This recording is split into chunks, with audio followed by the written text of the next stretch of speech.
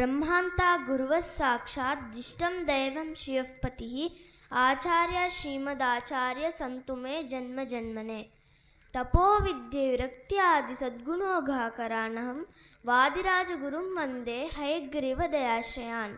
ಶ್ರೀ ಸತ್ಯಾತ್ಮ ಸಮಾರಂಭಾಂ ಟೀಕಾಕೃತ್ಪಾದ ಮಧ್ಯಮಾಂ ಶ್ರೀಮದಾಚಾರ್ಯ ಪರ್ಯಂತಾಂ ವಂದೇ ಗುರು ಪರಂಪರಾಂ. ಪ್ರಾತಸ್ಮರಣೀಯರು, ಶಾಪಾನುಗ್ರಹ ಸಮರ್ಥರು, ತಪೋವಿದ್ಯೆ ವಿರಕ್ತಿಯಾದಿಗಳಿಂದ ವಿಭೂಷಿತಾದವರು, ಸಾಕ್ಷಾತ್ ಹಯಗ್ರೀವ ರೂಪಿಯಾದ ಪರಮಾತ್ಮನನ್ನ ಸಂತೋಷಪಡಿಸಿದವರು, ಪ್ರತ್ಯಕ್ಷವಾಗಿ ಅವನನ್ನು ಕುಣಿಸಿದವರು ಶ್ರೀ ವಾದಿರಾಜರು. 1480ನೇ ವರ್ಷ ವಾದಿರಾಜರು ಅವತರಿಸಿದ್ರು. 1600ನೇ ವರ್ಷ ವಾದಿರಾಜರು ಬೃಂದಾವನ ಪ್ರವೇಶವನ್ನು ಮಾಡಿದ್ರು. ಈ 120 ವರ್ಷಗಳ ಕಾಲ ದೀರ್ಘ ಜೀವನವನ್ನು ನಡೆಸಿದ ಧೀರ ಸನ್ಯಾಸಿಗಳು ಶ್ರೀವಾದಿರಾಜ ಗುರುಗಳು. ಅದರಲ್ಲಿ 112 ವರ್ಷಗಳ ಕಾಲ ಸನ್ಯಾಸದ ದೀಕ್ಷೆ. ತಮ್ಮ 8ನೇ ವಯಸ್ಸಿನಲ್ಲಿ ಸನ್ಯಾಸನನ್ನು ಸ್ವೀಕಾರ ಮಾಡ್ತಾರೆ. ಇಷ್ಟು ದೀರ್ಘಕಾಲ ಸನ್ಯಾಸಾಶ್ರಮ ನಿರ್ವಹಿಸಿದ ಮತ್ತೊಬ್ಬ ಯತಿಯನ್ನು ಇತಿಹಾಸ ಕಂಡಿಲ್ಲ. ಉಡುಪಿಯ ಅಷ್ಟಮಠಗಳಲ್ಲಿ ಒಂದಾದ ಸೋದಮಠವು ಶ್ರೀ ವಾದಿರಾಜರು ಅಲಂಕರಿಸಿದ ಗುರುಪೀಠ. ಶ್ರೀ ವಾಗೀಶ ತೀರ್ಥರಿಂದ ಸನ್ಯಾಸ ಪಡೆದಾಗ ಇವರು ಆ ಪೀಠದಲ್ಲಿ ಪತ್ನಿಯವರು. ಉಡುಪಿಯ ಶ್ರೀಕೃಷ್ಣ ಪೂಜೆಯ ಪರ್ಯಾಯ ವ್ಯವಸ್ಥೆಯನ್ನು 2 ತಿಂಗಳಿಂದ 2 ವರ್ಷಗಳಿಗೆ ಬದಲಾಯಿಸಿದ್ದೇವರ ಮಹತ್ವದ ಸಾಧನೆಗಳಲ್ಲಿ ಒಂದು. ಯುಕ್ತಿ ಮಲ್ಲಿಕ, ರುಕ್ಮಿಣೀಶ ವಿಜಯ, ತೀರ್ಥ ಪ್ರಬಂಧ, ಸ್ವಪ್ನಪಾದ, ಭೂಗೋಳ ನಿರ್ಣಯ, ಮಹಾಭಾರತ ಲಕ್ಷಾಲಂಕಾರ ಟೀಕಾ, ಹಯಗ್ರೀವ ಸಂಪದ ಸ್ತೋತ್ರ, ದಶಾವತಾರ ಸ್ತೋತ್ರ, ಇನ್ನು 100 ಗ್ರಂಥಗಳನ್ನ ಸ್ತೋತ್ರಗಳನ್ನು ರಚನೆ ಮಾಡಿ ನಮ್ಮ ಮೇಲೆ ಅನುಗ್ರಹವನ್ನು ಮಾಡಿದ್ದಾರೆ ವಾದಿರಾಜರು. ಇನ್ನೊಂದು ವಿಶೇಷ ಏನಂದ್ರೆ ಗಜೇಂದ್ರ ಮೋಕ್ಷ. ಹೊತ್ತಾರೆ ಎದ್ದು ಈ ಕಥೆಯ ಹೇಳಿ ಕೇಳಿದವರಿಗೆ ದುಸ್ವಪ್ನ ದುರ್ಬುದ್ಧಿ ದುರ್ವ್ಯಸನ ಕಲೆವದು. ಸರ್ಪಾರಿ ವಾಹನದ ಧ್ಯಾನದೊಳಗಿರಲು ಸತ್ಸಂಗ ಸಾಯುಜ್ಯ ಪದವಿ ದೊರಕುವುದು. ನಾರಾಯಣ ಕೃಷ್ಣ.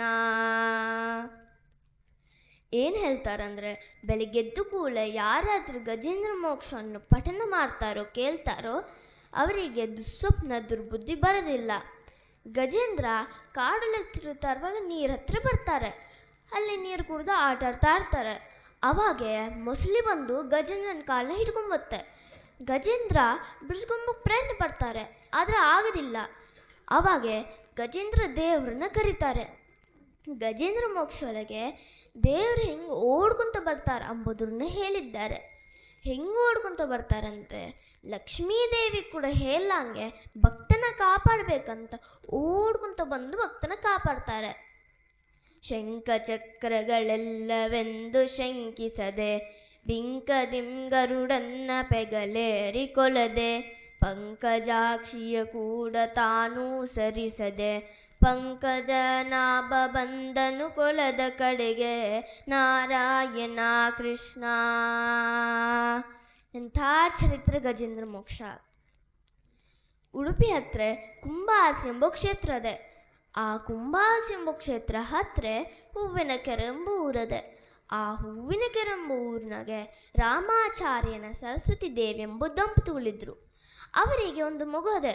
ಆಗದದು ಹೆಣ್ಣು ಮಗು. ಗಂಡು ಮಗು ಆಗ್ಬೇಕಂತ ಪ್ರಾರ್ಥನೆಯನ್ನ ಮಾಡಿದ್ರು, ತಪಸ್ಸನ್ನ ಮಾಡಿದ್ರು, ಸಾಧನೆಯನ್ನ ಮಾಡಿದ್ರು. ಅನೇಕ ದಿನ ಸಾಧನೆಯನ್ನ ಮಾಡಿದ್ರು. ಒಂದ್ ದಿವಸ ವಾಗೀಶ ತೀರ್ಥರ ಹೋಗಿ ಭೇಟಿಯಾಗಿ ನಮಸ್ಕಾರ ಮಾಡಿ ಆಶೀರ್ವಾದ ಪಡೆದಾಗ ವಾಗೀಶ ತೀರ್ಥರು ಹೇಳ್ತಾರೆ, ನಿಮಗೆ ಗಂಡು ಮಗು ಆಗತ್ತೆ, ಅದು ಮಟ್ಟಕ್ಕೆ ಕೊಡಬೇಕು. ಆ ದಂಪತಿಗಳು ಭಯಪಡ್ತಾರೆ. ಅವ್ರು ಹೇಳ್ತಾರೆ, ಮಗು ನಮ್ಮಂಶಗ ಇಟ್ಕೊಂಬಕ್ಕ ನಿಮ್ಮಟ್ಟಕ್ಕಾಗೋದಿಲ್ಲ. ವಾಗೀಶ ತೀರ್ಥರು ಹೇಳ್ತಾರೆ, ಸರಿ ಒಂದು ಉಪಾಯ ಮಾಡೋಣ. ಏನಂದ್ರೆ, ಮಗು ಮನೆ ಹೊರಗೆ ಹುಟ್ರೆ ಮಟ್ಟಕ್ಕೆ ಕೊಡಬೇಕು, ಮಗು ಮನೆ ಒಳಗೆ ಹುಟ್ರೆ ನೀವು ಇಟ್ಕೊಳ್ರಿ. ವಾಗೀಶ ತೀರ್ಥರು ಮಹಾನುಭಾವರು. ಅವ್ರು ಹೇಳಿರೋ ಮಾತು ಹೇಗೆ ಸತ್ಯವಾಯ್ತಂದ್ರೆ, ಒಂದು ದಿವಸ ದ್ವಾದಶಿ, ಅದು ಮಾಘ ಶುದ್ಧ ದ್ವಾದಶಿ. ರಾಮಾಚಾರ್ಯರು ಪಾರಾಯಣವನ್ನು ಮಾಡಿ ಭೋಜನಕ್ಕೆ ಕೂತಿದ್ದಾರೆ. ಮನೆ ಹೊರಗೆ ಒಂದು ಹಸು ಬಂದು ಎಲ್ಲ ಪೈರುಗಳನ್ನು ತಿಂತದೆ. ಸರಸ್ವತಿ ದೇವಿಯನ್ನು ನೋಡಿ ಕೃಷ್ಣನ್ ಓಡ್ಸೋಣ ಅಂತ ಮನೆ ಹೊರಗಿಂದ 4 ಹೆಜ್ಜೆ ಹುಲ್ಲು ಹಾಕಿದ್ರು, ಅಲ್ಲೇ ಪ್ರಸವಾಗೋಯ್ತು. ವಾಗೀಶ ತೀರ್ಥರು ಹೇಳಿರೋ ಮಾತು ಸತ್ಯವಾಯಿತು. ಮಗುನ ಕರ್ಕೊಂಡು ಮಠಕ್ಕೆ ಹೋಗಿ ನಾಮಕರಣ ಮಾಡಿಸ್ಬೇಕಂತ ಅನ್ಕೊಂಡು ವಾಗೀಶ ತೀರ್ಥರು ಭೂವರಾಮು ಹೆಸರಿಡ್ತಾರೆ. ಆ ಮಠದ ದೇವರು ಭೂವರಹ, ಶ್ರೀಮದಾಚಾರ್ಯರು ಕೊಟ್ಟ ಪ್ರತಿಮೆ ಭೂವರಹ. ವಾಗೀಶ ತೀರ್ಥರು ಹೇಳ್ತಾರೆ, ಮಗು 5 ವರ್ಷ ಆಗೋವರೆಗೂ ನಿಮ್ಮ ಮನೆ ಒಳಗೆ ಇಟ್ಕೊಳ್ರಿ ಅಂತ. ಸರಿ ಅಂತ ಹೇಳಿ ಮಗುನ ಕರ್ಕೊಂಡು 5 ವರ್ಷ ಆದಮೇಲೆ ಉಪನಯನ ಮಾಡಿ ಮಠಕ್ಕೆ ಕಳಿಸ್ತಾರೆ. ಅಲ್ಲಿ ವಿದ್ಯಾನಿಧಿಗಳಿಂದ ವಿದ್ಯೆಯನ್ನು ಕಲ್ತ್ಕೊತಾರೆ. 8 ವರ್ಷಕ್ಕೆ ವಾಗೀಶ ತೀರ್ಥರ ಹತ್ರ ಹೋಗಿ ನಂಗೆ ಸನ್ಯಾಸವನ್ನು ಕೊಡಿ ಅಂತ ಕೇಳ್ತಾರೆ. ಸರಿ ಅಂತೇಳಿ ಸನ್ಯಾಸಾಶ್ರಮ ಕೊಡ್ತಾರೆ.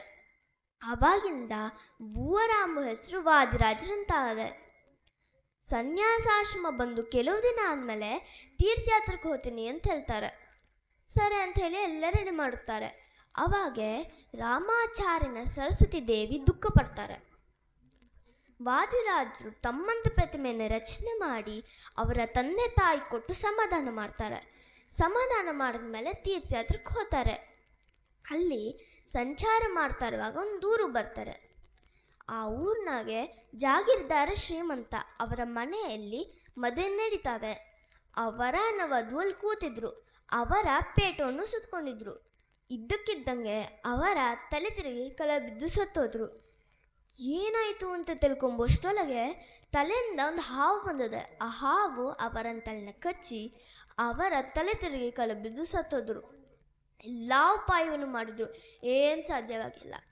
ಅವಾಗ ಯಾರೋ ಹೇಳ್ತಾರೆ, ಹತ್ರದಲ್ಲಿ ವಾದಿರಾಜರಿದ್ದಾರೆ, ಅವ್ರನ್ನ ಹೋಗಿ ಕೇಳೋಣ ಅಂತ ಎಲ್ಲರೂ ವಾದಿರಾಜರ ಹತ್ರ ಹೋಗಿ ವಾದಿರಾಜರ ಕಾಲ ಮೇಲೆ ಬಿದ್ದು ಹೇಳ್ತಾರೆ ಏನೇನು ಜರಗದಂತ. ಅವಾಗ ವಾದಿರಾಜರು ಅವ್ರನ್ನ ಕರ್ಕೊಂಡು ಬರ್ರಿ ಅಂತ ಹೇಳಿ ಅವರನ್ನು ಮಲಗಿಸ್ತಾರೆ. ವಾದಿರಾಜರು ಅವಾಗಿಂದ ಅವಾಗೆ ಲಕ್ಷ್ಮೀ ಶೋಭಾನವನ್ನು ರಚನೆ ಮಾಡಿ ಅವರಿಗೆ ಕೊಡ್ತಾರೆ, ಪಠಣ ಮಾಡ್ರಿ ಅಂಥೇಳಿ. ಇಷ್ಟು ಭರೋಸಾ ಇರಬೇಕು, ಎಂಥ ತಪಸ್ಸಿರಬೇಕು, ಇಂಥ ಶಾಪಾನುಗ್ರಹ ಸಾಮರ್ಥ್ಯ, ಅದ್ಭುತ ರೀತಿಯಲ್ಲಿ ಲಕ್ಷ್ಮೀ ಶೋಭಾನವನ್ನು ಪಠನ ಮಾಡಿ ಆ ಸತ್ತು ಬಿದ್ದಿರೋ ಗಂಡ ಎದ್ದು ಬರ್ತಾರೆ. ಅವಾಗಿಂದ ಎಲ್ಲ ವಿವಾಹದಲ್ಲಿ ಲಕ್ಷ್ಮೀ ಶೋಭಾನವನ್ನು ಪಠನ ಮಾಡೋದು ಶುರುವಾಗದೆ. ಲಕ್ಷ್ಮೀ ಶೋಭಾನ ಒಳಗೆ ಭಗವಂತನ ವರ್ಣನೆಯನ್ನು ಮಾಡಿದ್ದಾರೆ, ಭಗವಂತನ ಕಲ್ಯಾಣವನ್ನು ವರ್ಣನೆ ಮಾಡಿದ್ದಾರೆ ವಾದಿರಾಜರು. ಬೊಮ್ಮನ ಪ್ರಲಯದಲ್ಲಿ ತನ್ನ ರಸಿಯಡಗೂಡಿ ಸುಮ್ಮನೆಯಾಗಿ ಮಲಗೇಪ, ನಮ್ಮ ನಾರಾಯಣಗೂ ಈ ರಮ್ಮೆ ಗಡಿಗಡಿಗೂ ಜನ್ಮವೆಂಬುದು ಅವತಾರ ಶೋಭಾನೆ. ಬ್ರಹ್ಮಾಂಡ ಪ್ರಲಯನ ಇದ್ರೆ ಭಗವಂತನ ಲಕ್ಷ್ಮೀದೇವಿ ಸುಮ್ಮನೆ ಮಲ್ಕೊಂಡಿದ್ದಾರೆ. ಭಗವಂತಂಗೆ ಜೀವ ಇಲ್ಲ, ಹುಟ್ಟಿಲ್ಲ, ಸಾವಿಲ್ಲ, ಬರೀ ಅವತಾರ ಅಷ್ಟೆ. ಯಾಕೆ ಅವತಾರ ಅಂದರೆ ನಮ್ಮ ಉದ್ಧಾರಕ್ಕೋಸ್ಕರ, ನಮಗೆ ಪಾಠವನ್ನು ಹೇಳ್ಸೋಕ್ಕೋಸ್ಕರ, ನಮಗೊಂದು ದಾರಿ ತೋರ್ಸೋಕ್ಕೋಸ್ಕರ. ಇವಾಗ ಕೂಡ ಎಲ್ಲ ಸೌಭಾಗ್ಯ ಸ್ತ್ರೀಯರು ಅವರ ಗಂಡ ಆಯುಷ್ಯ ಚೆನ್ನಾಗಿರ್ಬೇಕಂತ ಲಕ್ಷ್ಮೀ ಶೋಭಾನವನ್ನು ದಿನಾಗ್ಲೂ ಪಠನ ಮಾಡ್ತಾರೆ. ಸಂಚಾರ ಪ್ರಮೇಣ ವಾದಿರಾಜರು ಯಾವ್ಯಾವ ಕ್ಷೇತ್ರಗಳಿಗೆ ಹೋಗ್ತಾರೋ ಆ ಕ್ಷೇತ್ರದ ಮಹಿಮೆಯನ್ನು ಬರೆದಿದ್ದಾರೆ. ಅದೇ ನಮಗೆ ಇವತ್ತು ತೀರ್ಥ ಪ್ರಬಂಧ. ನಾವು ಯಾವುದನ್ನ ಕ್ಷೇತ್ರಕ್ಕೆ ಹೋಗೋದಕ್ಕನ್ನ ಮುಂಚೆ ತೀರ್ಥ ಪ್ರಬಂಧವನ್ನು ಓದಿ ಹೋಗಬೇಕು. ಅವಾಗೆ ಆ ಕ್ಷೇತ್ರದ ಮಹಿಮೆಯನ್ನು ತಿಳಿಯುತ್ತೆ. ಇನ್ನು ಸಂಚಾರ ಮಾಡ್ತಾ ಇರುವಾಗ ಇನ್ನೊಂದೂರು ಬರ್ತಾರೆ. ಅಲ್ಲಿ ಅಕ್ಕಸಾಲಿಗರು ದೇವರಿನ ವಿಗ್ರಹವನ್ನು ಮಾಡ್ತಾ ಇರ್ತಾರೆ. ಒಂದು ಸಾರಿ ಗಣಪತಿಯ ವಿಗ್ರಹ ಮಾಡ್ತಾ ಇರುವಾಗ ಅದು ಹಯಗ್ರೀವ ವಿಗ್ರಹ ಆಗುತ್ತೆ. ಆಶ್ಚರ್ಯಪಟ್ಟುತ್ತಾರೆ, ಏನಿದು ಅಂತ. ತಣ್ಣಗಾಗ್ಲಿ ಅಂತ ಬಿಟ್ರೆ ಇಷ್ಟೊಂದು ದಿನ ಆದರೂ ತಣ್ಣಗಾಗಿಲ್ಲ. ಅವಾಗ ಮೂಲೆನ ಇಟ್ಟಿರ್ತಾರೆ. ಒಂದು ರಾತ್ರಿ ವಾದಿರಾಜರು ಕನಸು ಬರುತ್ತೆ. ಆ ಕನಸೊಳಗೆ ಹಯಗ್ರೀವ ದೇವರು ಬಂದು ಹೇಳ್ತಾರೆ, ಈ ವಿಗ್ರಹ ಇಲ್ಲದೆ ಆ ವಿಗ್ರಹನ ತನ್ಕೋ. ವಾದಿರಾಜರು ಸರಿ ಅಂತ ಹೇಳಿ ಮರದಿನ ಬಂದು ಆ ವಿಗ್ರಹನ ತೊಗೊಂಬಕ್ಕೆ ಹೋದಾದ್ರೆ ಆ ಬಿಸಿಯಾದ ವಿಗ್ರಹ ತಣ್ಣಗಾಗುತ್ತೆ. ಆ ವಿಗ್ರಹನ ತಂದ್ಕೊಂಡು ಪೂಜೆ ಮಾಡ್ತಾ ಇರ್ತಾರೆ. ಆ ಪೂಜೆಗೆ ಫಲವಾಗಿ ಸ್ವಯಂ ಪರಮಾತ್ಮ ಹೈರೂಪದಿಂದ ಬಂದು ಭುಜದ ಮೇಲೆ ಕಾಲಿಟ್ಟು ಅವರ ಕೊಟ್ಟ ನೈವೇದ್ಯವನ್ನು ತಿಂದು ತೇಗಿ ಆನಂದದಿಂದ ಕುಣಿದು ಸಂತೋಷದಿಂದ ತಾಂಡವನ್ನು ಮಾಡಿ ಅದೃಶ್ಯ ಆಗ್ತಾ ಇದ್ರು. ಇಂಥ ಭಾಗ್ಯವಂತರು ಶ್ರೀವಾದಿರಾಜರು. ಗ್ರಂಥಗಳನ್ನ ಸ್ತೋತ್ರಗಳೊಂದೇ ರಚನೆ ಮಾಡಿರೋದಲ್ಲ, ಅನೇಕ ಹಾಡುಗಳನ್ನು ಕೂಡ ರಚನೆ ಮಾಡಿದ್ದಾರೆ.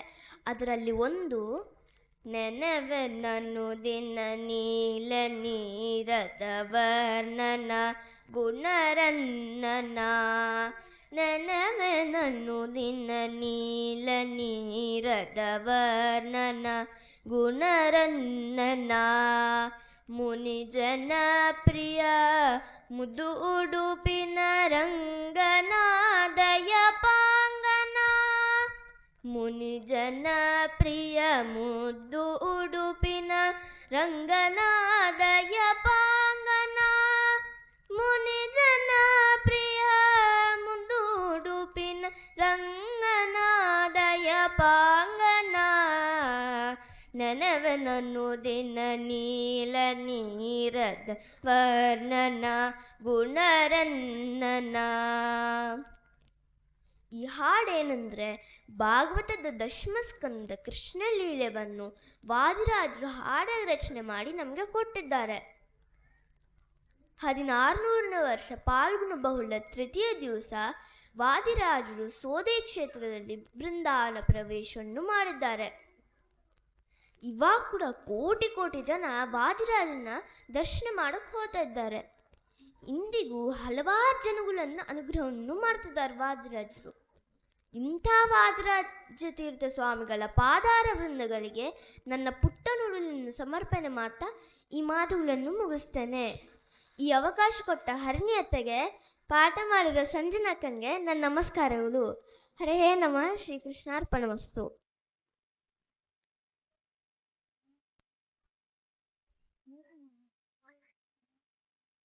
ಶ್ರೀ ಗುರುಭ್ಯೋ ನಮಃ. ಬ್ರಹ್ಮಾಂತ ಗುರು ಸಾಕ್ಷಾತ್ ಇಷ್ಟಂ ದೈವಂ ಶ್ರಿಯಃ ಪತಿಃ ಆಚಾರ್ಯ ಶ್ರೀಮದಾಚಾರ್ಯ ಸಂತು ಮೇ ಜನ್ಮ ಜನ್ಮನೆ ರಘುತ್ತಮ ಗುರುಂ ವಂದೇ ಸರ್ವಾಭೀಷ್ಟ ಪ್ರದಾಯಕಂ ಕಾಮಧೇನು ಸಮಂಧಾನೆ ಕಲ್ಪವೃಕ್ಷ ಸಮಂ ಭುವಿ